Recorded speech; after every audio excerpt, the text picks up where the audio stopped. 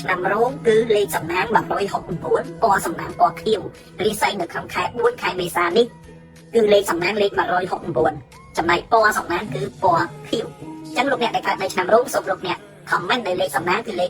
169ចំណែកពណ៌សំណាងគឺពណ៌ខៀវបាទរិស័យរបស់លោកអ្នកគឺល្អនៅក្នុងខែ4អញ្ចឹងលោកអ្នកកុំភ្លេច comment លេខសំណាងណាអញ្ចឹងលោកអ្នកដែលកើតនៅឆ្នាំរោងដើមខែដាច់លុយដើមខែ4លោកអ្នកឆ្នាំរោងគឺដាច់លុយគឺដាច់លុយបែរណាលុយកាត់អត់សម្បូរវាស្ទះអញ្ចឹងវាមានបញ្ហាច្រើនតិចដើមខែ4អញ្ចឹងលោកអ្នកដែលកើតនៅឆ្នាំរោងហ្នឹងសូមឲ្យលោកអ្នកចាយវាឲ្យមានខ្ទង់បាទព្រោះដើមខែនេះគឺដាច់លុយបាទអញ្ចឹងសូមលោកអ្នកប្រយ័ត្នប្រយែងតិចបាទអញ្ចឹង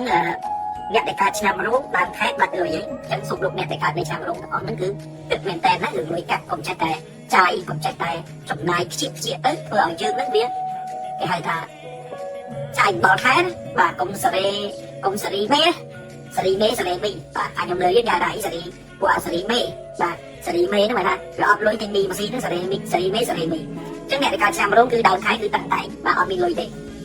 បាទតែមនុស្សអ្នកកើតឆ្នាំរោងគឺមនុស្សសត្វកម្មងាយស្លាប់ទេ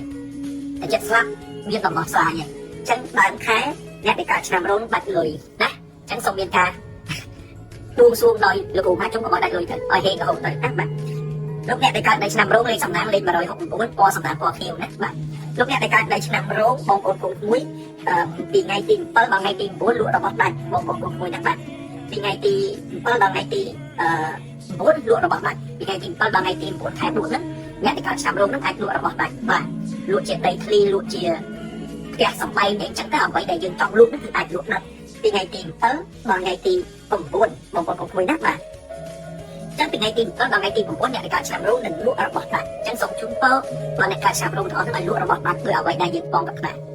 លោកអ្នកដែលកើតឆ្នាំរោងដដែលរាសីនៅក្នុងខែមេសានេះពីថ្ងៃទី14ដល់ថ្ងៃទី16លោកអ្នកគឺត្រូវតែត្រៀមចិត្តហើយក៏តហើយក៏អត់ធ្ងន់ណាអាចនឹងមានគេហៅថាចំនួនឆ្លោះកើតឡើងរវាងគូសកលប្តីប្រពន្ធបាទពីថ្ងៃ14ដល់ថ្ងៃទី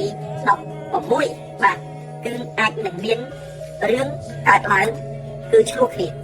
បាទឆ្លោះគ្នាជាមួយនឹងគូស្វាមីភរិយាក្នុងក្រុមគ្រួសារណាចាក់អត់ធ្ងន់តិចបាទថ្ងៃ14ដល់ថ្ងៃ16គឺឆ្លោះគ្នាបងប្អូនចឹងសូមឲ្យមានការប្រយ័ត្នប្រយែងតិចហើយតងពាក្យតងសម្ដីឲ្យបានឲ្យល្អឲ្យច្រើនណាបាទដើម្បីកុំឲ្យមានការឆ្លោះគ្នាកើតឡើងបងប្អូនអ្នកដែលកើតឆ្នាំរោងពីថ្ងៃទី14ដល់ថ្ងៃទី16ប្រយ័ត្នឆ្លោះគ្នា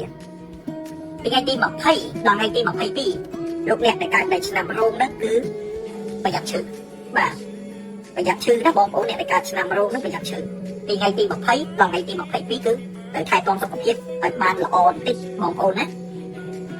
គឺសុខភាពអត់ល្អទេគឺអាចនឹងឈឺបាទពីថ្ងៃទី20ដល់ថ្ងៃទី22សម្រាប់លោកអ្នកដែលកើតនៅឆ្នាំរោងគឺប្រយ័ត្នឈឺបាទតែរំសុខភាពលោកអ្នកដែលកើតឆ្នាំរោងចុងខែឡើងតំណែងឡើងឋានៈបងប្អូនណាលោកអ្នកដែលកើតនៅឆ្នាំរោងគឺចុងខែ